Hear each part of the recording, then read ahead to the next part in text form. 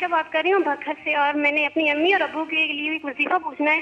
ان کے درمیان ہمیشہ اختلافات رہتے ہیں، ان کی شادی جو ہوتی ہے زبردستی ہوتی ہے، اس وجہ سے ہمیں بھی بھگتنا پڑتا ہے. بالکل سمجھ نہیں آئی بچی، بہت گھریلو تیز بول ناچاکی رہی ہے میرے خیال سے. وہ دونوں آپس میں شاید لڑتے ہیں، ان کے پیرنٹس جو ہیں، تو کہ بچی کہہ رہی ہے ان کی وجہ سے مجھے بھی پرابلم ہوتی ہے. اچھا، والدین کا آپس میں لڑنا، یہ پھر وہی بات ہے، یہ جنریشن ٹراما بن جاتا ہے بچوں کے لیے.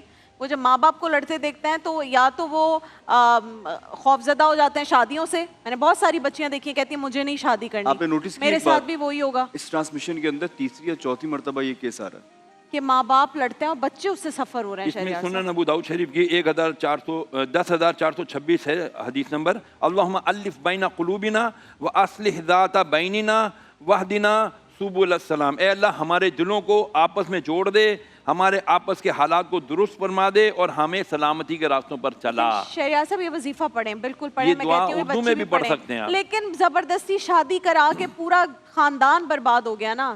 پھر اسی زبردستی خاندان شادی کے کرائی ہے. وہ کہہ رہے ہیں زبردستی شادی ہوئی اور اب بچے تو ہو گئے، بچے بڑے اچھا بھی ہو مجھے ایک گئے. بات کہنے دیں گی بھائی، کوئی میرے اوپر جو ہے نا فتوے لے کے نہیں چڑھ جانا. زبردستی کی شادی آپ کسی صحیح جیدار مفتی سے پوچھ لینا کیا وہ شادی ہوتی ہے؟ یہاں پہ چلے مان لیا ہو جاتا ہے جی نکاح، تو پھر اب جھگڑے ہو رہے ہیں، ریکنسائلیشن نہیں ہو رہی ہے، تو بھائی آپ کو اختیار ہے سپریشن کر لو، اس بچی کا کہیں اور نکاح کرا دو. ہمارا لیکن معاشرہ اس چیز کے لیے تیار نہیں ہے، مینٹلی بالغ ہی نہیں ہوا اس بات کے لیے. صاحب لوگ کیا کہیں گے؟ لوگ کیا کہیں گے؟ یہ تو جملہ ہماری یہ زندگیوں کہتے سے ہوئے جاتا ہی نہیں ہے. یہی ہمیں غم تھا، یہی ہمیں وہم تھا.